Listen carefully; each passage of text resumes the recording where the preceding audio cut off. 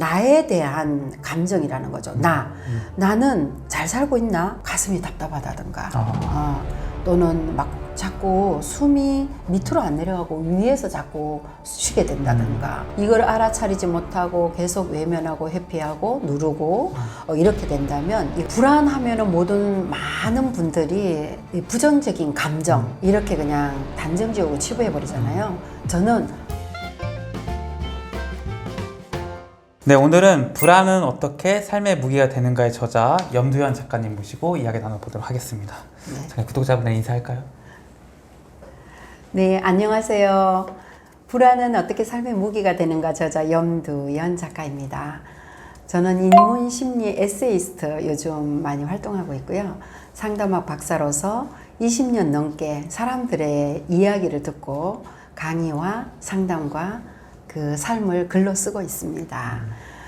제 삶을 돌아보니 어느 순간도 정말 불안이 없었던 시기는 별로 없었던 것 같아요. 불안은 오늘 저를 여기에 서 있게 한 소중한 어떤 자원이었습니다. 그리고 제 존재를 흔드는 이런 사건이나 사고가 있을 때마다 저는 한 번뿐인 내 삶은 참 소중해 라는 이런 게 굉장히 강했던 것 같아요. 그래서 어떻게 하면 이걸 잘 가꾸지 소중히 여기면서 갖고 왔습니다. 그래서 어떻게 하면 내가 성장하고 발전할 수 있는지 이것에 집중하다 보니 오늘 여기에 있게 됐고요. 이런 삶의 태도가 어디서부터 왔을까라는 걸 생각해 보니까 아버지와 함께 가꾸었던 그 꽃밭 가꾸기에서 배웠더라고요.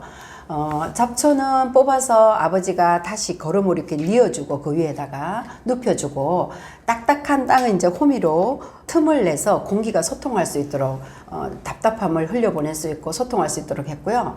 또 덩굴 같은 거, 덩굴을 타고 올라가는 것들은 기둥을 세우고 거기 줄기가 이제 타고 올라갈 수 있도록 해주는 이런 아버지의 꽃밭 가꾸기에서 삶의 태도를 배웠습니다. 그리고 이제 두 번째는 아름다운 자연 환경에서 어릴 적 생활을 했거든요.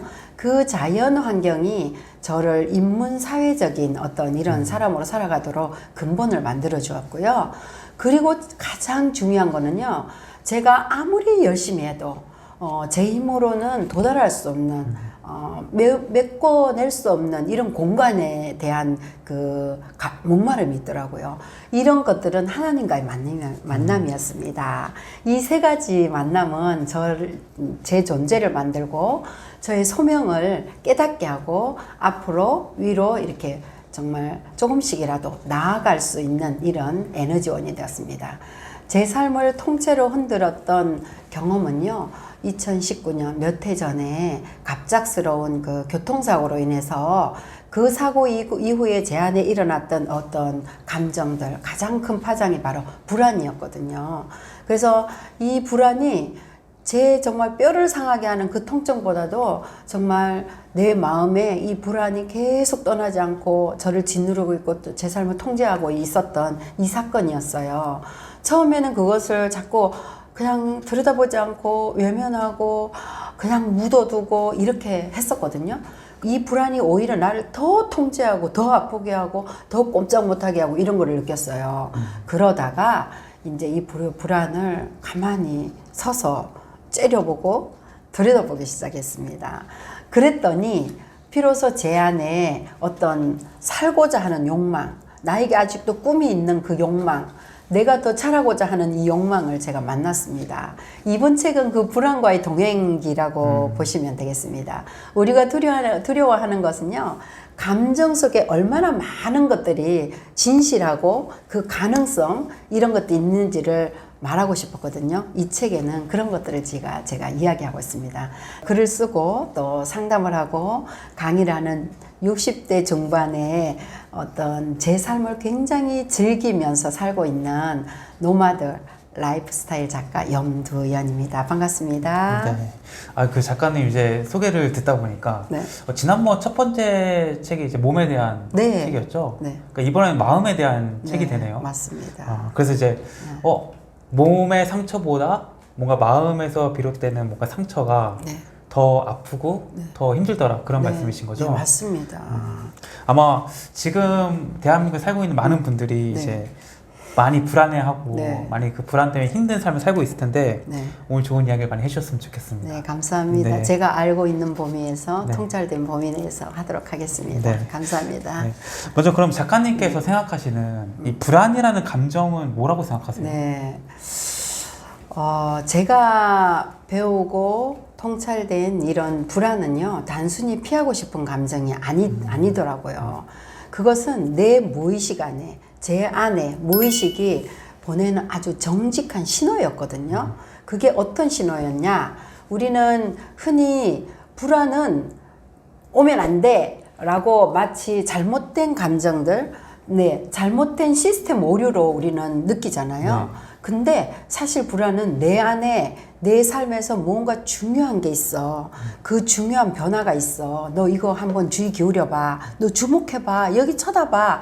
라고 하는 시그널, 신호라는 거를 제가 깨달았거든요. 그래서 그것을 가만히 보니까 제가 살아가고 싶은 그 목소리였다는 거죠. 그래서 내 앞에 거대한 변화 앞에, 거대한 변화 앞에 뭐라고 말하는지를 정말 들어야 된다는 거죠. 그 시그널에, 그 신호에 들어야 되는 거죠. 괜찮니? 너 괜찮아? 하는 그 묻는 그 감정이고, 그것이 내가 여전히 잘 살고 있다라는 이 강력한 증거라는 것을 제가 깨닫게 되었습니다. 그 작가님 말씀하신 대로 많은 사람들이 이제 불안하면은 이제 안 좋은 거, 네. 없어야 되는 거, 없었으면 좋겠는 걸 생각하는데 네. 지금 작가님 말씀은 불안이라는 게 무조건 나쁜 게 아니라 네. 좀 좋은 감정일 수도 있다라는 말씀이신가요? 우리가 감정, 신경계에 굉장히 경고등이라고 하잖아요. 불안은 저희한테 보내는 경고등이다. 불안은. 그것은 이제 고장 신호가 아니라 그 방향 전환을 알려주는 이런 신호다라고 보면 돼요. 우리는 이제 불안을 문제로 간주하지 않고요. 네. 이것이 어떻게 봐야 돼요? 그 문제가 나를 부른다 라고 보시면 됩니다. 그러면 나를 부를 때 어떤 문제가 부르는지 가까이 가서 우리가 바라보고 듣게 되잖아요. 네. 이렇게 보시면 좋을 것 같아요. 그렇기 때문에 외면하거나 억제하면은요, 그것이 오히려 축적돼서 나중에 통증이 되고 병의 진단이 되고 아픔이 되고 이랬지만 가만히 바라보고 들여다보고 응시를 하게 되면 네. 질문이 나온다는 거죠. 그 질문을 통해서 우리는 어디로 나아가야 하는지, 어디로 성장해야 하는지, 어디로 가야 우리가 힘을 얻게 되는지 이런 나침판의 역할을 해주는 게 바로 불안이라고 봅니다.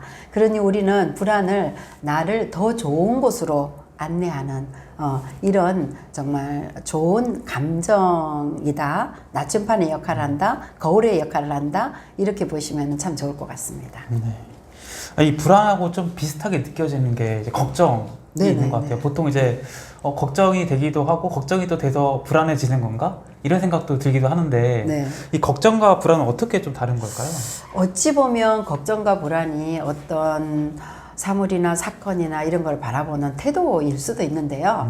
그래도 이제 그거를 좀 더 구체적으로 이렇게 나누려고 해보다 보면 걱정은 어찌 보면 무엇에 대한 생각이지만 불안은 나에 대한 감정이에요. 이거를 조금 더 구체적으로 얘기하다 보면 무엇은 뭐예요? 오늘 날씨가 흐리네? 내일은 비가 오겠구나. 그러면은 나는 뭘 준비를 하지? 그래, 무엇? 우산만 준비를 하면 되는 거예요. 네. 근데 불안은 뭐예요? 나에 대한 감정이라는 거죠. 나는 잘 살고 있나? 이렇게 살고 있는 게 맞나? 라는 것을 질문을 하게 된다라는 거는 어때요? 굉장히 모호해요. 그 불안 이퀄은 뭐야? 라는 게 구체적으로 잘 안 나온다는 거죠. 그래서 그 뿌리가 모호하기 때문에 우리는 불안 앞에서 더 혼란스러워하죠, 사람들이요. 예, 불안은 우리 존재의 깊은 곳에서 솟아오르는 것이라는 거죠. 그래서 그거는 이대로 괜찮은가? 이대로 살아가도 괜찮은가? 이런 질문을 계속 하다 보면 그 불안이 구체화되고 그 구체화된 것이 나의 행동, 인생의 전략에 나오고 또 그를 다독거리면서 같이 데리고 살고 이런 해답이 나온다고 생각합니다. 그래서 불안을 다스리고 다룬다는 것은요, 감정을 조절하는 것이 아니라는 거죠. 즉, 자기 존재를 탐색하는 거예요. 막 흔들리고 불안하다는 건 흔들림이잖아요. 삶의 흔들림. 이런 거를 네, 탐색하고 내 삶을 재정의하는 이런 일이기도 한 것이 바로 불안을 대하는 태도라는 거죠. 그래서 이제 걱정과 불안은 이런 차이점이 좀 있습니다. 그러니까 그런 불안이라는 것은 대체적으로 뭐 네. 약간 모호하고 네. 실체가 분명하지 않은 게 많다라는 거잖아요. 네네, 맞습니다. 그리고 또 이제 불안을 막 느낄 때는 그것이 내 삶에 지금 뭔가를 네. 바꾸라는 신호다. 네, 이 맞습니다. 말씀이신 네. 거죠? 네네. 네. 그럼 이제 만약에 뭐 불안을 막 느낀다. 네.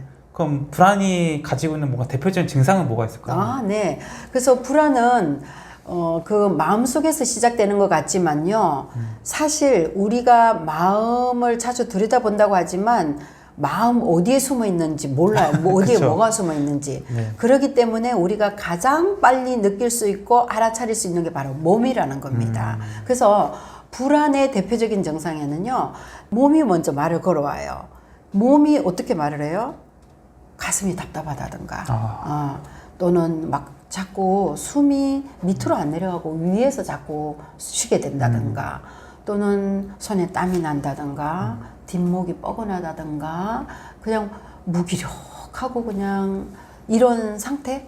이런 것들이 자주 몸이 말을 해오는 거죠. 몸에 증상이 나타난다는 거예요.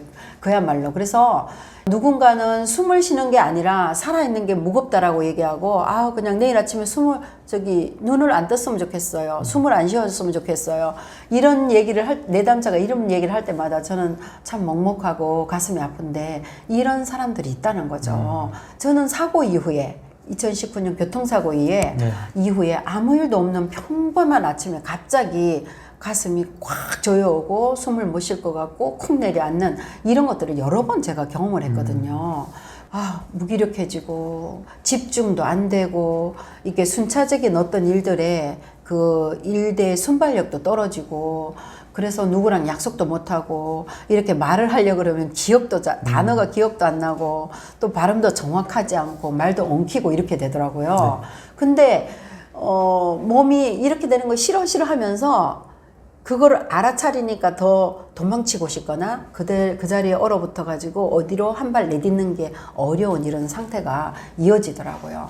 그래서 이렇게 보내는 이제 신체적인 언어가 바로 이렇게 몸으로 나타나는 증상들 이런 것들이라는 거죠.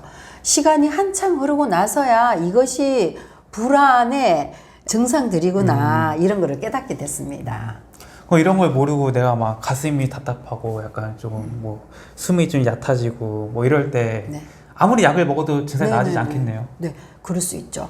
그래서 우리가 빨리 알아차리고 빨리 반응을 해줄 때 이거는 우리가 충분히 다 치료할 수 있고 나를 성장할 수 있고 오히려 더 변화시킬 수 있는 쪽으로 갈 수 있지만 이걸 알아차리지 못하고 계속 외면하고 회피하고 누르고 이렇게 된다면 이건 어느 날 질병이 되어서 더 발전적인 불안에서 더 뭐가 되겠어요? 공황장애도 올 수 있고 뭐 이런 질병으로도 또 갈 수 있고 이러기 때문에 우리가 빨리빨리 몸에 징후가 왔을 때에 이런 증상에서 반응을 해주는 질문을 해주는 내가 원하는 게 무엇인지 무엇이 불안한지 왜 이렇게 뻐근한지 이런 거를 질문해주면은 해답이 나올 거로 저는 생각이 됩니다. 불안이라는 게 뭐 누구나 느낄 수 있는 감정일 수 있겠지만 특히 뭐 요즘 좀 젊은 세대들, 뭐 2030 세대들이 불안을 특히 더 많이 느끼는 것 같아요. 이제 작가님께서는 그 원인을 어떻게 보고 계세요? 저는 이게 뭐 꼭 정답이라고는 할 수 없지만요. 제가 느끼기에는 이런 환경이 만든 어떤 시대적인 체계, 뭐 시대적인 내면의 그림자가 아닐까 이렇게 생각해요. 왜냐하면 제가 어렸을 때는요. 불안 이런 거 몰랐거든요. 물론 어리기도 했지만 이 주변의 환경들이 되게 평화로웠어요. 이 평화라는 건 뭐예요? 자연이에요. 자연은 서두는 것도 없고요. 싸우는 것도 없고요. 자기들끼리 서로 잘 햇빛 보고 서로 잘 물 빨아먹고 이렇게 잘 자라거든요. 더불어서. 근데 우리는 어때요? 이 환경을 현재의 환경을 보십시오. 태어나면서 우리 젊은 세대는요. 비교예요. 무엇에서? 1등을 해야지 빛나고 1등을 해야 살아남는 네. 이런 환경 속에서 살아간다는 거죠. 1등을 학교 들어가면서부터 벌써 유치원생부터요. 네, 유치원 들어가기 전부터 상 요즘에. 같은 것도 그렇고 네. 등수를 매기는 것도 그렇고 다 이렇게 비교하잖아요. 특히 요즘은요. 어떻습니까? 이게 통신기기 장비 이런 것들이 다 발달함으로 인해서 SNS가 매일매일 잘 살아야 한다는 이런 무언의 압박을 주고 있어요. 나는 잘 살고 있는가? 다른 사람은 어떻게 사나? 계속 이렇게 클릭해서 살펴보고 관찰하고 나는 여기에 못 미치면 어때요? 불안해지는 거죠. 그쵸. 그래서 불확실한 미래는요, 오늘의 행복을 내일로 미루는, 다음으로 미루는 자꾸 유예를 하게 되고요. 어때요? 지금 오늘 이거는 내 문제를 내가 해결해야 돼 하면서 이 불안을 자꾸 억누르고 회피하고 내가 해결하기로 하잖아요. 이런 것들이 길이 아니라는 거죠. 사실. 예. 그들이 느끼는 불안은요, 개인의 취약함이 아니에요. 뭐라고 생각하십니까? 아니 저는 작가님 말씀에 공감을 합니다. 네. 그러니까 너무 이제 어떻게 보면 다른 사람이 어떻게 사는지가 너무 네. 잘 보이니까 그리고 네네. 또 SNS에는 이제 잘된 모습만 보이잖아요. 그러니까 네. 이제 초라한 내 모습과 네. 다른 사람의 잘된 모습 비교가 되면서 네. 말씀하신 대로 내가 지금 잘 살고 있는 건가? 이제 그때부터 이제 불안감이 이제 오는 거죠. 네네, 맞습니다. 이 모든 불안과 불행은 비교해서 오는 것 같습니다. 근데 특히 요즘은 뭐 젊은 청년들뿐만이 아니라 이렇게 저희 많은 사람들이 비교를 하게 되죠. 무엇을 통해서? SNS를 맞아요. 통해서.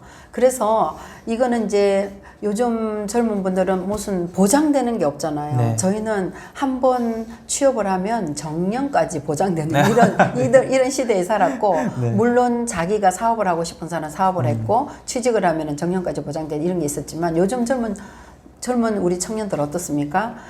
보장되는 게 없습니다. 맞아요. 그러니 이 시대적인 증상이고 시대적인 문제라고 봅니다. 그래서 우리 상담실에서 찾아오는 우리 청년들을 보면 네. 저만 그런 건가요? 왜 이렇게 불안해요? 왜 이렇게 미래가 암울하고 보이는 게 없고 불안해요? 이렇게 물어보는 사람이 많거든요. 근데 그 물으면요, 이렇게 살아도 되는 건가요? 내가 이렇게 불안한데 이렇게 계속 살아도 되는 건가요? 라고 묻는 질문하고 똑같거든요. 그쵸. 그래서 이 외침에 응답할 수 있는 건 뭐예요? 이 사회가 어떻게 해야 될까요? 개인의 불안도 이렇게 좀 잦아들 수 있도록 해줘야 되는 건 뭘까요? 이거는 사회에서 정말 시스템적으로 이분들에게 어떤 정말 현실적인 문제를 조금이라도 해답을 줄 수 있는 이 시스템을 갖춰줬으면 좋겠다. 이런 저는 생각이 듭니다. 그러니까 지금 이제 우리나라 청년들이 이제 겪고 있는 이 불안의 문제는 어떻게 보면 사회 구조적인 네. 이런 사회의 뭔가 분위기라든지 이런 데서 비롯된 게 가장 크다고 보시는 거죠? 네, 그게 가장 크고요. 개인적인 뭐 삶의 태도라든지 성격이라든지 이런 것도 복합적으로 들어있는데 이게 어떤 것들을 저희가 하나를 루틴화, 습관화한다라는 건 여러 번 하다 보면 나도 모르게 자동화 시스템이 돼버리잖아요. 그렇죠. 네. 불안한 생각 또한, 걱정 또한 이것도 하다 보면은 자동 시스템화가 습관이 되거든요. 된다. 근데 성격적으로도 이거를 이제 불안을 자주 느끼는 성격이 있고요. 그래서 이제 복합적인 거지만 우리는 자기 내면에게 자주 질문을 하다 보면 이런 자동화되는 시스템, 이런 고리를 끊을 수 있다라고 생각이 합니다. 아니 그러면은 이게 뭐 사회적인 그런 구조나 이런 시스템은 당장에 바뀔 수 없잖아요. 네, 그렇죠. 시간이 오래 걸리잖아요. 네. 그럼 이 불안할 때 좀 개인적으로 가장 먼저 해볼 수 있는 행동들은 뭐가 있을까요? 네, 불안은 어찌 보면 내 내면이 저의 삶에게 묻는 가장 그 긴급 호출이죠. 그쵸? 가장 먼저 할 일은 뭐겠어요? 그 불안에 응답하는 거예요. 그 응답은 뭡니까? 저희들이 긴장해 있고 불안할 때는요, 이성적인 판단이 안 됩니다. 이 뇌의 작동 구조와 원리에 대해서 알면은 좀 아시는데요. 굉장히 이 편도체라는 게 과활성화 일어나면은 이성적으로 판단하고 조절하는 능력이 떨어지거든요. 계속 불안을 작동하기 때문에 나를 얼어붙게 하거나 숨게 하거나 이런 것밖에 안 되거든요. 그렇기 때문에 우리가 이거를 가장 이 정말 전두엽이라는 이게 내가 합리적이고 좀 더 이성적으로 판단하고 조절할 수 있는 이 능력을 활성화시키려고 그러면요, 호흡입니다. 호흡. 가장 먼저 해볼 수 있는 게 호흡이거든요. 호흡이 시작이라는 거예요. 정답이라기보다 이렇게 편도체가 과활성화 일어날 때는 아무것도 할 수가 없거든요. 그래서 이거를 좀 이완시킬 수 있는, 차분하게 내려앉을 수 있는 게 바로 첫 번째가 호흡이거든요. 숨을 깊이 들이쉬고 천천히 내쉬는 것만으로도요, 내 안에 막 이렇게 혼란스럽게 하고 불안하게 하고 공포스럽게 하는 이거를 좀 잠재울 수가 있다. 그랬을 때 이제 여기 전두엽이라는 이성적인 생각 조절하고 계획하고 이런 것들이 조금 작동이 되니까 네, 그거를 해볼 수 있고요. 그러고 나서 내가 지금 이대로 살아가는 게 괜찮겠지? 아, 조금 내가 불안해하고 있구나. 아, 괜찮지 않구나. 하지만 괜찮아질 거야. 불안은 우리가 돌봄을 필요로 할 때 자신을 외면하지 않도록 만들어주는 아주 좋은 기특한 감정이라고 보시는 게 더 좋은 것 같습니다. 그럼 뭐 불안의 이 생각에 꽉 잡혀 있어가지고 헤어나지 못할 때 네. 좀 여기서 벗어나는 작가님만의 노하우도 있을까요? 아, 네. 인사할 때 그랬잖아요. 어찌 돌아보면 저는 어느 한순간도 불안하지 않은 순간이 없었던 것 같다라고 얘기를 했는데요. 저는 환경을 바꿔서 산책을 해요. 첫 번째 산책을 하거나 네. 그 다음에요. 몸을 움직여서 제 뇌를 바뀌어요. 그게 참 생소하시지만요. 몸을 움직이면요. 우리가 신경 전달 물질이라는 이게 뭐 행복하게 하고 불안하게 하고 뭐 용기 있게 하고 이런 신경 전달 물질이 다 이름이 있는데요. 그런 것들을 바꿔줍니다. 그래서 몸을 움직이는 게 가장 저한테는 빨리 이 불안을 잠재우는 게 되고요. 그 다음에 이제 산책을 하면서 이 환경을 바꾸면서 오감을 통해서 들어오는 정보를 달라지게 하면은 이게 불안이 빨리 이완되고 달라지거든요. 그리고 이제 뭐를 합니까? 제가 글을 씁니다.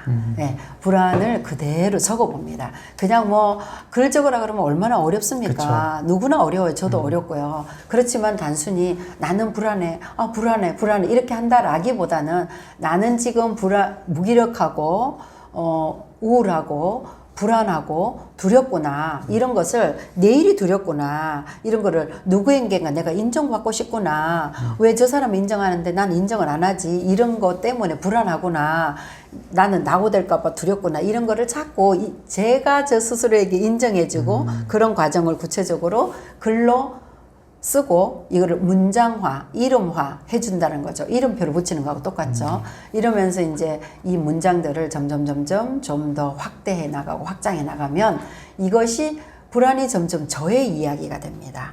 저의 이야기는 바로 제가 살아가는 삶의 서사가 되고 힘이 되더라고요.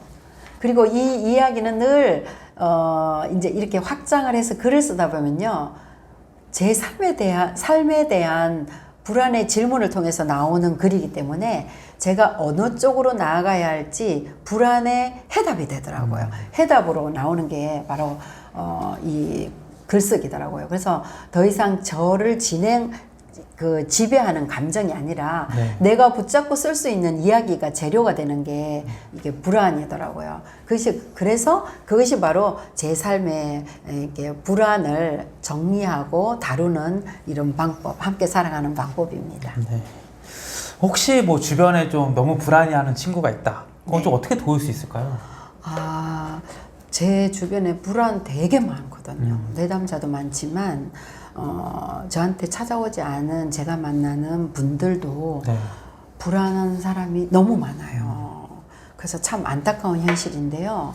그럴 때마다 뭐 저는 조언하는 거 제가 조언받는 거 싫어하고요. 조언하는 거 싫어합니다. 네. 누구나 지적하고 조언하는 거 되게 싫어하잖아요. 그쵸. 근데 저도 이제 그런 거를 보여지고 느껴지는 그런 사람들이 있어도 조언하거나 이런 걸 하지 않는데 다만 저한테 질문을 하거나 도움을 요청하는 사람들한테는요, 불안한 사람에게 가장 필요한 거는 해결이 아니에요. 그래요? 그냥 그 사람 곁에 있어 주는 거예요. 그냥 뭐 이렇게 물리적으로도 있는 게 중요하지만 그보다 더 중요한 것 같아요. 마음으로 함께 있어 주는 거. 이겁니다. 함께 있어. 네. 그래서 그 문제를 직접 들어가서 해결해 주려고 노력하기보다 네. 공감해 주는 거. 네. 그 다 심리적인 연결이죠. 네. 심리적으로 함께 있다라는 거죠. 24시간 그 사람은 어떻게 같이 있습니까? 그죠? 네. 마음으로 그 사람에게 함께 있다는 거죠. 저는 상담실에서 자주 말해요. 네. 난 괜찮아요. 괜찮아. 아, 조금 있으면 괜찮을 거야. 괜찮아요. 이렇게 말하지 마라 그래요. 괜찮아가 되게 무서운 겁니다. 예. 다만 그 대신에 불안이 얼마나 무거운지 그 사람이 하는 소리를 그냥 곁에 있으면서 들어주고 그 사람 입장에서 우리가 100% 공감은 못하지만 내가 그 사람이라면 어떨까라는 이해와 공감. 참 어려운 거지만 이해와 공감이. 그래도 곁에 있으면서 너의 불안을 내가 다 이해 못하지만 내가 옆에서 너의 불안을 함께 해 하고 곁에 있어주는 거. 이런 것들이 굉장히 중요하고요. 불안이나 무게를 혼자 짊어지고 가는 게 아니라 옆에 내 옆에 사람이 있다라는 것 자체만 이 사람이 느끼기만 해도 아, 그 사람이 숨을 쉴 틈새를 조금 줄 수 있다 이렇게 보시면 되고요. 그렇기 때문에 불안은 결코 어느 한순간도 뭐 완전 치유라는 게 없습니다. 이 불안은 살아있다는 증거이기 때문에요. 네. 살아있는 생명체에게 우리 인간에게 불안은 계속 있다라고 보면 되고요. 그렇기 때문에 이 사람이 어떤 길로 나아가야 하는 이 사람의 정체성, 존재, 거울 역할 이런 걸 하기 때문에요. 계속 갖고 나가야 할 대상이다. 불안이다. 이렇게 보시면 되겠습니다. 근데 이게 참 상담 관련해서 인터뷰할 때마다 나온 얘기긴 한데 이게 들어만 줘도 이제 효과가 있다라고 많이 얘기하는데 네. 이제 보통 사람들은 이제 이 사람이 나한테 뭔가를 얘기한다? 네. 그럼 뭔가 솔루션을 기대하거나 그렇죠. 되게 엄청난 뭔가를 맞습니다. 내가 해줘야 되는 의무감과 맞습니다. 부담감이 있잖아요. 맞습니다. 근데 정말 근데 이게 그냥 얘기하는 걸 그냥 아무 말 하지 않고 그냥 가만히 듣는 것만으로 네네. 충분한 건가요? 많은 사람들이 요즘은 또 그냥 듣기만 해도 된다 이렇게 얘기를 하잖아요. 네. 근데 상담 전문가들은 듣기만 하는 것 같지만 언어가 그 방향성을, 언어가 그 잠자는 어떤 감각을 깨우게 하는 게 있거든요. 그래서 전문가가 필요하다는 거죠. 그래서 물론 1차적으로는 그 사람이 풀어놓기만 해도 네. 숨통을 트이죠. 그렇지만 어떤 대화 가운데, 언어 한마디 가운데, 질문 하나 가운데 그 내담자의 또는 요 도움을 요청한 사람들에게 무엇을 같이 나눠요? 숨 쉴 틈을 주고 감각을 깨우고 그거 알아차리고 새로운 전략을 짤 수 있고 그거를 그 문제를 바라보는 그 불안을 바라보는 해석이 달라지고 이런 것들이 되게 이제 가능하기 때문에 우리가 전문가가 필요하고 이런 건데요. 그렇기 때문에 우리는 살아가면서요 이 불안이라는 걸 없애겠다고 마음을 먹으면 안 된다는 거죠. 어떻게 해야 될까요? 아까 이제 얘기를 들어보면 이제 삶의 신호로 받아들여서 네네. 내 삶을 바꿔야 되지 않을까요? 네. 그래서 없애겠다는 마음은 네. 우리가 가질 수가 없고요. 불안은 어찌 보면 해가 떠 있을 때 항상 따라다니는 게 뭡니까? 그림자죠. 그림자, 네. 예. 근데 이 그림자를 지우려는 것과 같은 원리로 보면 됩니다. 그러니까 우리가 사람이 살아있는 동안에 이 불안이라는 거는 그림자처럼 따라다닌다는 거죠. 이 그림자는 빛이 있는 한 반드시 존재하기 때문에요. 불안도 그렇거든요. 오히려 불안을 부정하거나 억제하거나 이렇게 했을 때는 어떻게 해요? 막 폭발하게 되고 어느 순간에 또는 어떻게 합니까? 다른 얼굴로 더 크게 이렇게 돌아올 수 있거든요. 그래서 제가 깨달은 건 이거예요. 바로 불안은 없애야 할 것이 아니라 함께 어떻게 해요? 그 옆에 앉아서 들여다보고 또 질문해보고 그 질문이 이 불안이 무엇을 원하는지 이런 거를 바라보고 공감해주고 함께 나아가는 거다. 함께 문제를 해결해 나가는 거다. 함께 살아가는 거다. 이런 걸 느꼈고요. 저는 불안을 떠올릴 때마다 그것을 마주 앉아놓고 이렇게 물어요. 너는 지금 나에게 무엇을 말하고 있니? 난 잘 모르겠어. 무엇을 말해주고 있니? 자, 질문을 뭐를 낳게 합니까? 우리가 질문을 할 때는 뭐를 원하고 질문합니까? 답을 원하는 네, 거예요. 답을 원하죠. 그 답은 누구에게 이 질문을 해요? 내가 불안하면 저한테 하는 거죠. 그죠?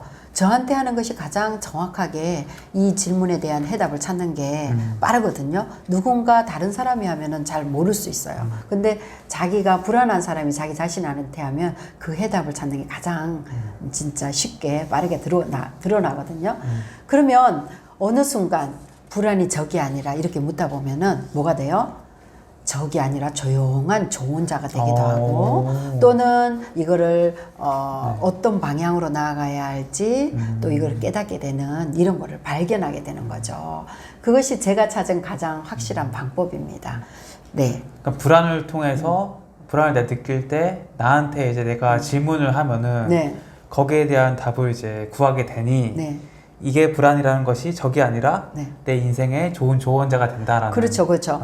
그 왜냐하면 질문을 하면 내가 모르니까 이동안에는 그 이전에는 감각을 딱 닫아 놓고 다른데 자꾸 외면하고 회피하고 해 있는데 질문을 딱 하다 보면은 탐색하게 되고 관찰하게 되고 느끼게 되고 여기에서 해답이 나온다는 거죠. 그 작가님의 그 문장 중에서 제가 가장 좋았던 문장이 이제 불안을 어떻게 삶의 무기로 바꿀 것인가. 네. 그 문장이 참 좋았거든요. 네. 불안을 삶의 무기로 바꾼다고? 이거 어떻게 좀 발상을 전환시키는 거잖아요. 네네. 어떻게 좀 바꿀 수 있을까요? 불안하면은 모든 많은 분들이 이 부정적인 감정 이렇게 그냥 단정지어고 치부해 버리잖아요. 저는 불안을 무기로 바꾸는 첫걸음을 그것이 나만의 것이 아니라는 것을 통찰하는 겁니다. 네. 아, 많은 사람들이 불안을 다 갖고 있구나. 불안감을 이렇게 느끼는 사람들은 살아있다는 증거구나. 네. 이 사람은 더 나아가고자 하는 욕망이 있고 욕구가 있구나 라는 것을 통찰하는 겁니다. 저는 사고 이후에 불안을 겪으면서요, 처음에는 왜 나에게 이런 일이 일어났지 이해할 수 없었어요. 정말. 하지만 점점 그 감정 속에서 제 안에 숨겨진 힘을 발견했거든요. 네, 이게 뭐냐면 불안은 제게 뭔가 다르게 살아야 되겠구나. 아, 내가 몸은 비록 다쳤지만 허리는 부러져서 정상적으로 옛날처럼 무거운 걸 들거나 멀리 내가 이동을 하거나 이런 거 좀 어려울 수 있지만 다르게 살아야 한다는 강한 시그널을 제가 느꼈거든요. 그 시그널을 따르기 시작했을 때 바로 제가 그렇다면 다르게 살아야 하는 건 뭐지? 아, 지금까지의 이 모든 경험과 내가 경험하고 살아온 삶의 그 통찰들과 또 축적된 지식들과 이런 것들을 종합해서 내가 뭘 해야 되지? 네, 이런 해답들이 나오는 게 바로 제가 글을 쓰기 시작한 겁니다. 불안은 마치 용암 같아요. 그 왜 용암 같은 게 흐르다가 마그마가 흐르다가 얕은 부분에 팍 터지잖아요. 그 마그마가 나와가지고 주변을 다 죽이잖아요. 근데 우리가 억누르면 터지지만은 잘 흐르게 하면 어떻게 될까요? 새로운 땅을 만들어가는 거죠. 그러니까 우리는 이거를 불안을 잘 흐르게 하는 이거를 관리하는 게 저 자신이라는 거죠. 그 땅 위에서 우리는 다시 새로운 땅, 새 삶을 만들고 지어 나갈 수 있다라는 거죠. 네. 혹시 뭐 불안이 삶의 무기가 된 뭐 구체적인 사례가 있을까요? 네. 저는 사실 상담학을 전공하고 많은 사람들을 이제 내담자로 만나고 또 피교육생으로 만나고 또는 이런 거를 떠나서도 공동체 안에 집단 안에서 많은 사람들을 만나잖아요. 근데 저는 제 삶에 대해서 이렇게 열심히 살고 끊임없이 노력을 하는 사람에게는 늘 점점 행복은 더 강화되고 더 풍부해지고 할 거라고 확신을 가지고 살았었거든요. 이게 큰 오판이었는데요. 정작 제 삶의 균열은요, 사고 이후에 찾아온 불안이었어요. 사실은. 그래서 그 불안은 단순한 감정이 아니고요, 제 존재 전체를 뒤흔드는 이런 지진 같은 이런 삶이었거든요. 저는 멈출 수밖에 없었어요. 더 이상 나아갈 수 없고 모든 삶이 정지가 되었거든요. 그 멈춘 자리에서 제 안에 이제는 내가 어디로 어떻게 살아야 하지? 이 질문을 시작으로 해서 계속 머물러서 정지 상태에서 탐색하고 관찰을 하고 질문하게 되고 이렇게 되었습니다. 만일에 그런 과정이 멈춰서서 혼자 제 자신의 내면을 탐색하고 질문하는 시간이 그 과정이 없었다면요, 아마 이 책도 세상에 나올 수가 없었을 거고요. 저는 불안을 통해서요, 제 자신의 삶에 대한 정직함이 나왔다라는 거죠. 제가 잘 보이려고 하고 더 잘 되려고 하고 막 이런 허황된 저 자신의 그 기본적인 근본보다 더 잘 되려고 하는 이런 욕구보다는 저 자신을 대하는 이것이 삶이 굉장히 정직함이 되어야 한다는 것을 배웠어요. 그래서 상담사로서도 작가로서도 사실 불안은요, 진짜 제 소명을 찾게 되는 소중한 계기가 되었습니다. 그럼 뭐 불안 때문에 좀 힘들어 하시는 분들에게 어떤 말을 좀 해주고 싶으세요? 네, 불안을 겪는 사람에게 당신이 지금 불안을 겪고 있어요? 당신은 살아있다는 증거입니다. 이거를 진짜 얘기해 주고 싶고요. 당신은 아직도 뭔가를 꿈꾸고 있습니다. 당신은 뭔가를 지금 소망하고 있습니다. 이런 말을 해 주고 싶어요. 그게 신호이다. 당신이 성장하고자 하는 신호이니 이거에 대해서 너무 힘들어하지 마라. 당신이 살아있다는 증거이다. 당신이 뭔가를 갈망하고 있다. 그 자체가 놀라운 일이다. 라는 이런 말을 해주고 싶습니다. 저는 불안의 한복판에서 자주 이런 말을 저 자신에게도 되뇌었거든요.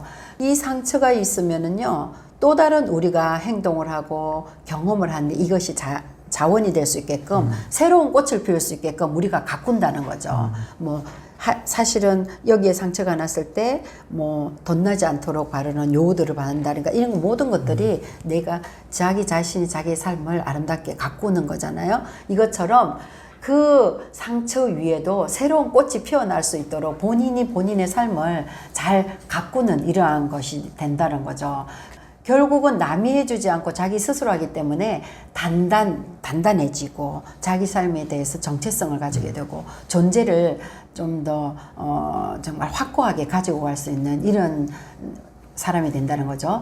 불안을 부끄러워하지 말라는 거예요. 그래서 창피하지 말라, 숨기지 말라. 그것은 오히려 당신이 인간이라는 가장 확실한 증거다라는 이런 말을 해주고 싶습니다. 네. 그 막연한 뭐 미래라든지 뭐 이런 거 말고 뭐 네. 나는 좀 인간관계에서 좀 불안감을 느낀다. 네. 이런 불안은 어떻게 좀 대처해야 될까요? 네, 인간관계 저도 되게 어려워하거든요. 인간관계, 의사소통 이런 거를 전문가로서 많이 공부를 하고 네. 이론적으로도 많이 알고 있고 이러지만 사실은 인간관계 되게 어려워요. 그 이제 여러 가지 복합적인 게 있지만 제가 생각하는 불안, 인간관계의 불안은요, 자기 자신에서부터 시작된다고 생각합니다. 그렇기 때문에 인간관계에서 오는 불안에서 중요한 키포인트는 내 자신한테서 시작이 되기 때문에 내 경계, 바운더리를 잘 알고 잘 가꾸는 게 중요하다라고 저는 생각이 들어요. 내 바운더리 안에서 안 놀고 계속 남의 영역, 남의 바운더리에 들어가서 찌르거나 침투하거나 이러면 관계가 어떻게 좋을까요? 안 좋죠. 다시 그거 싫어하잖아요. 또 누군가가요, 내 바운더리를 넘나들면서 들어와서 계속 찔러요. 자극하고 이렇게 해라, 저렇게 해라. 이렇게 하면은 좋을까요? 거기에서 관계가 금이 간다는 거예요. 그래서 우리는 인간관계는 자기로부터 시작되는데요. 경계라는 걸 소중히 해라. 그렇지만 경직된 경계가 아니에요. 내가 너 나한테 들어오면 안 돼. 그러고 딱 자물쇠를 담궈 놓고 이렇게 있다면은 소통을 못해서 스스로 죽어요. 우리는 생명체이기 때문에 흘려야 되잖아요. 이 문을 내가 열어줄 땐 열어주고 닫아줄 때는 닫아줘야 되는데 이 말은 무슨 말이냐? 나도 솔직한 나를 누구에겐가 말할 수 있는 나가다고 또 그도 내가 여는 만큼 그도 솔직한 마음, 솔직한 어떤 어려움을 나한테 이야기하게 되고 이게 오고 가면서 서로가 함께 건강한 성장이 일어나고 건강한 관계를 만들어 간다라고 생각합니다. 그래서 내가 어떤 관계를 원하는가를 스스로에게 질문해야 됩니다. 나는 어떤 경계 안에서, 바운더리 안에서 어떤 관계를 원하지? 여기에는 이제 어떤 관계 안에는 그 사람의 성격이라든지 일하는 방법이라든지 이런 여러 가지 복합적인 게 있지만 그래도 나는 어떤 관계를 원하는지 이런 거를 스스로에게 묻는 습관이 필요하고요. 제가 상담 현장에서 자주 하는 말이 있어요. 관계에서 불안한 건 아직 당신이 당신에게 질문을 던지지 않았기 때문이다. 그래서 이 질문 안에는 나는 어떤 사람이 참 좋아, 편안해. 그렇지만 우리는 편안한 사람들만 살 수 없잖아요. 그쵸. 편안한 사람들한테는 무엇을 느껴요? 공감을 잘하고 잘 인정해주고 이러기 때문에 더 친밀해지는 게 있잖아요. 근데 저와 다른 완전 이질적인 사람을 만남으로 인해서 새로운 발견을 하게 되잖아요. 그로부터 우리는 뭐가 해요? 변화를 또 시도할 수 있는 이런 것들이 되죠. 그죠? 네. 그래서, 우리는 타인의 반응에 목말라 하지 말고 우리는 우리 자신과 점점 멀어지지 말라는 거예요. 나한테 자주 질문을 해서 관계 중심에서 다시 나로 가져오는 순간 불안은 점점 줄어들고 어때요? 자유로운 나의 삶이 점점 더 확장되어 가고 더 늘어난다는 거죠. 그 일반적으로 생각하기에는 이제 섬세한 성격일수록 좀 불안에 더 취약한 생각이 드는데 좀 어떤 일이 좀 불안 대처에 도움이 될 수 있을까요? 네, 저도 사실은 되게 섬세한 사람이거든요. 이제 어렸을 때는 되게 예민했어요. 예민해서 누군가가 콕 찌르면 그대로 반응을 하고, 그래서 이것을 저 자신의 굉장히 자존감이 떨어지는 거예요. 자꾸 이런 거를 느끼고 생각할 때마다. 그랬더니 저의 섬세함이더라고요. 이 섬세함은요, 불안과 예민함이 다른 이름이거든요. 그렇지만 그것은 또한 그 깊이와 감각의 다른 표현이기도 합니다. 그래서 저도 이제 이거를 저 자신을 계속 내면과 소통하면서요, 저는 섬세한 사람들에게는요 늘 이렇게 말해요. 당신은 누구보다 더 많이 느끼고 더 깊이 느낄 수 있는 사람입니다 라고 얘기하거든요. 그래서 당신의 능력은 오히려 그거를 잘 들여다보고 가꾸면 예술적인 표현으로도 할 수 있고 또 치유도 할 수가 있고 또 새로운 창조를 할 수 있는 그런 큰 자산을 가지고 있다라고 말을 하고 저 자신에게도 인정해주고 함으로 인해서 자존감이 회복되고 이런 적이 있는데요. 저 자신이 섬세함 덕분에 사실은 타인의 고통에 민감하게 반응할 수 있는 이런 상담도 할 수 있고 저만의 자원이 되기도 하는 거죠. 누가 가르치고 배우는 게 아니라 제가 스스로 통찰하고 느끼고 통합한 결과에 이런 자원이 되는 거죠. 그것은 이제 문제가 아니라 정말 나의 재능으로 대할 때, 나의 탤런트로 대할 때 불안은 창조의 어떤 앞으로 나아갈 수 있는 이런 연료가 되기도 했습니다. 네. 이제 요즘 시대가 노마드 라이프 시대라고 해가지고 이제 뭐 과거처럼 뭐 어떤 사무실에 딱 있어가지고 봤던 사람만 매일 만나고 이런 게 아니라 정말 내가 일을 스스로 하고 어떻게 보면 또 매일같이 또 새로운 사람을 만나고 이런 일이 굉장히 좀 일반화가 됐잖아요. 네네. 이런 시대에 좀 어떻게 좀 사는 것이 좀 불안에 좀 잘 대처하고 가장 적합한 일이 될 수 있을까요? 네. 요즘은 1인 기업가들이 많잖아요. 1인 기업가들 중에는 노마드 라이프 스타일을 지향하는 사람들이 많더라고요. 맞아요. 그래서, 이분들은 그 삶의 본질을 이해하고 가치, 정체성, 이런 것이 분명하게 있는 사람들이라는 거죠. 그거 없이 그냥 내가 여행을 좋아하니 이 나라 저 나라 가서 있는 거, 또는 뭐 내가 1인 기업가로서 혼자 아무 시간에나 아무 곳에서나 일한다는 이런 의미가 아니라는 거죠. 그 중심이 있는 이동이라는 거예요. 노마드 라이프 스타일은요. 그쵸? 그래서 노마드 라이프 스타일에 가장 어울리는 거가 뭔가를 이렇게 봤더니 각각의 경험하고 살아온 거는 다 다르잖아요. 개인적 서사는 다르잖아요. 이런 것들을 누가 기록하나 안 하냐 이 차이잖아요. 근데 어떤 일을 하는 사람이든 간에 뭐 엔지니어든 사무직이든 뭐든 있잖아요. 기록하고 나누고 연결하는 일을 할 수 있잖아요. 그의 삶을 기록하고 나누고서 연결하는 일을 할 수 있잖아요. 이게 바로 글쓰기라든지 강의라든지 코칭이라든지 컨텐츠를 제작한다든지 물리적인 장소에 고여받지 않고 어디에서나 할 수 있는 거잖아요. 그가 경험하고 느끼고 통찰된 이런 것들을 계속 기록하고 만들어내는 거죠. 만들어내고 또 이거를 누구에겐가 코칭을 하거나 전달을 하거나 교육을 통해서 이런 일들이라는 거죠. 노마드는요, 떠나는 사람이 아니에요. 새로운 글자와 새로운 문장과 만나고 새로운 어떤 컨텐츠와 만나고 이런 거를 계속 만들어내는 거, 새로운 만남이라는 거죠. 그죠? 이게 이제 뭐 1인 기업이라든지 뭐 마땅한 뭐 정기적 출근하는 뭐 직장이 없으면은 뭔가 되게 불안하게 생각하기 쉬운데 사실은 그런 것들이 불안을 만들고 뭐 안 만들고 아니라 네. 내 중심이 있는 게 네, 가장 중요하다는 거잖아요. 네, 맞습니다.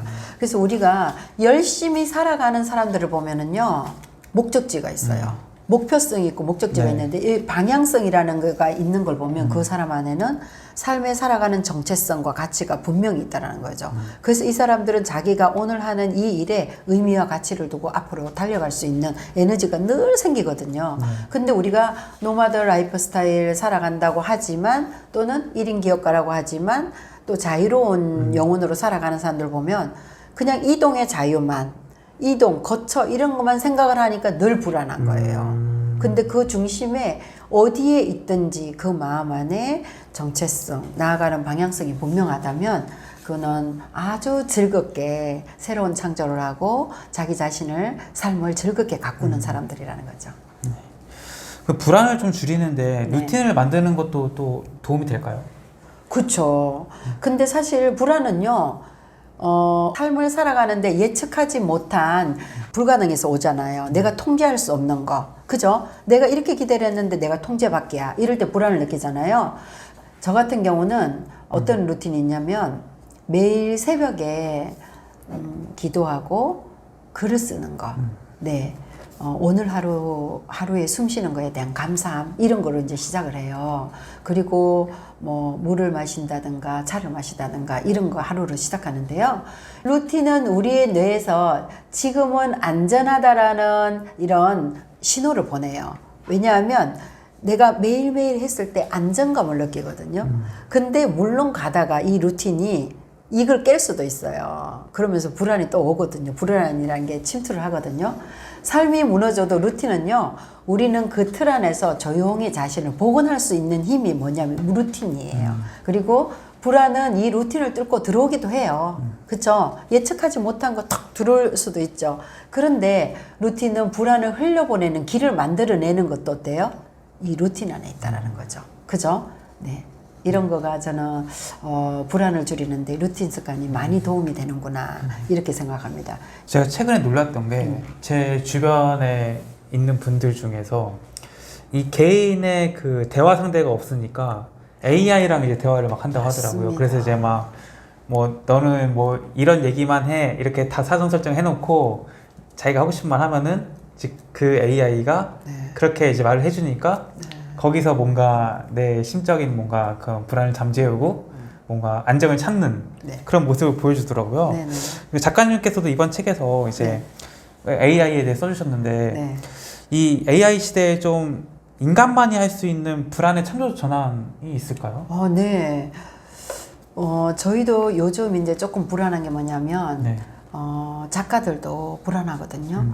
물론 좋은 도구이기도 하지만 불안하기도 해요. 아, 작가들이 살아남을 수 있을까? 이럴 정도로 불안하거든요. 근데 그 조금 더 생각해 보면요. AI는 우리가 명령한 대로 해답을 줘요. 그쵸. 근데 인간은 어떻습니까? 불안을 의미로 바꿔주는 거예요. 이 도구들을 이렇게 계속 우리가 이 질문에 해답을, 정답을 만들어서 이렇게 나온다면 인간의 의미는 뭘까? 인간의 존재는 뭘까? 인간의 살아있음의 의미는 뭘까를 계속 질문하게 되거든요. 그래서 인간은 불안을 의미로 바꿀 수 있는 존재라는 거를 우리가 보여주는 거죠.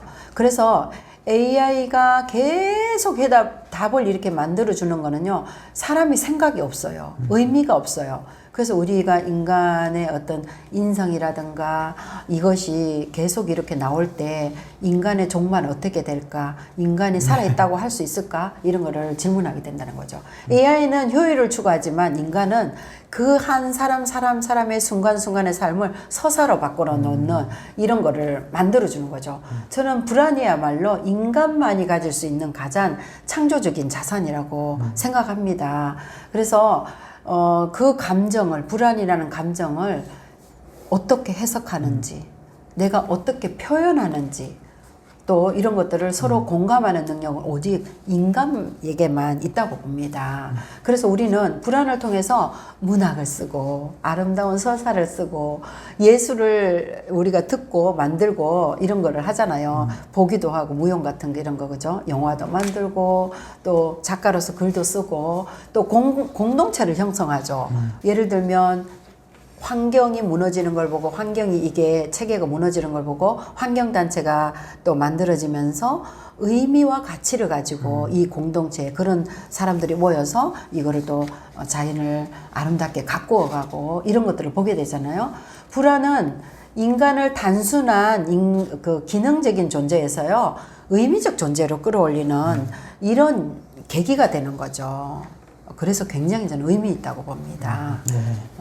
이제 이번에 쓰신 불안은 어떻게 삶의 무기가 되는가 이 책에서 이제 불안은 결핍이 아니라 가능성의 신호다라는 메시지를 강조해 주셨는데 이 말은 어떤 의미일까요?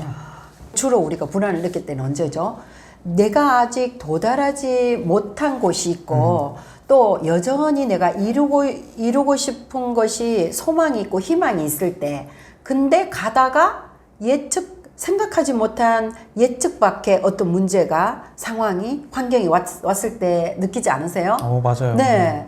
그러니까 불안은요 포기의 징표가 아니라는 거예요. 아 이런 게 왔네? 어떻게 해야 되지? 아 나는 여전히 갈망하고 있는데 저기 가고 싶은 거를 이러면서 갈망의 징표이기도 한 거죠. 불안은요. 저는 이렇게 표현하고 싶어요. 불안은 내면에서 보내는 다음 무대로의 초대장이다. 결핍증처럼 느껴지는 감정 속에서요 사실은 가능성의 싹이 있다라는 겁니다. 그 안에 숨어 있는 거죠. 불안은요 우리가 여전히 살아있어. 너는 살아있어. 너는 여전히 네 삶을 사랑하고 있어. 또는 여전히 너는 도전하고 있구나 라는 것을 증명하는 이런 거라고 저는 내면의 어떤 생명의 반응이라고 봅니다. 그러니까 뭔가 삶의 의지네요. 이게. 그렇죠. 삶의 의지이고 그가 살아있음의 증거고 네. 또 하루하루 움직이는 어떤 변화 이런 거를 그에게서 볼 수 있는 거죠. 네. 네. 그러니까 어떻게 보면 진짜 말씀하신 대로 진짜 불안이라는 게 뭔가 부정적이고 나쁜 게 아니라 이제 굉장히 건전하고 좋은 감정이네요. 이게. 네. 그러니까 그것도 초기에 내가 감각을 열어서 잘 느끼고 반응할 때 이런 거고요. 이거를 이제 성격에 따라 또는 오랫동안 내가 회피하고 외면했던 사람들은요 계속 회피하고 외면을 하게 되면은 나도 모르는 어떤 순간에 어떤 예측하지 못한 방향으로 예측하지 못한 폭발로 터지게 된다는 거예요. 이 터지게 되는 것이 결론은 우리가 생각으로 제어할 수 없는 어떤 의료적인 어떤 병리적인 이런 걸로 우리가 치료와 또 어떤 의료적인 기술이 들어가서 약물이 들어가서 치료해야 되는 이런 아주 불행을 가져오게 되는 거죠. 그래서 결론적으로 뭐냐? 불안은 우리의 성장이다.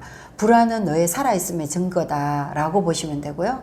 우리가 매일매일 해야 할 일은 뭔가 내 몸에 자주자주 감각을 열어서 느낌에 대해서 관찰하고 탐색하고 반응해 줘야 된다. 즉각적으로. 그거를 자주자주 해줄 때는 큰일이 아니에요. 근데 오랫동안 숨겨뒀다가 했을 때는 큰일이다. 이렇게 보시면 되겠습니다. 네. 끝으로 이제 구독자분들에게 좀 해주고 싶은 말씀 있으신가요? 여러분들이 불안을 그냥 그때그때 왔을 때 너 불안 왔구나. 그래. 어떻게 원해? 무엇을 원해? 그렇구나 하면서 옆에서 같이 있어주는 거. 같이 그 문제를 해결하는 거. 아까도 말씀드렸지만 불안은 내가 살아가는 내 존재의 거울이다 라고 보시고 거울을 자주자주 들여다보시라. 그 거울을 들여다보면 내가 나아가는 그 방향성이 고성장이요. 또 누구에겐가에도 긍정적인 영향을 끼칠 수 있는 정말 자신만의 아름다운 서사를 만들어가는 인생, 삶이 아닐까 이렇게 생각합니다. 여러분 행복하십시오. 감사합니다. 네. 그래서 오늘은 불안은 어떻게 삶의 무기가 되는가의 저자 염두연 작가님 모시고 이야기 나눠봤습니다. 오늘 좋은 말씀 감사하고요. 영상 봐주신 구독자분들도 고맙습니다. 감사합니다. 감사합니다.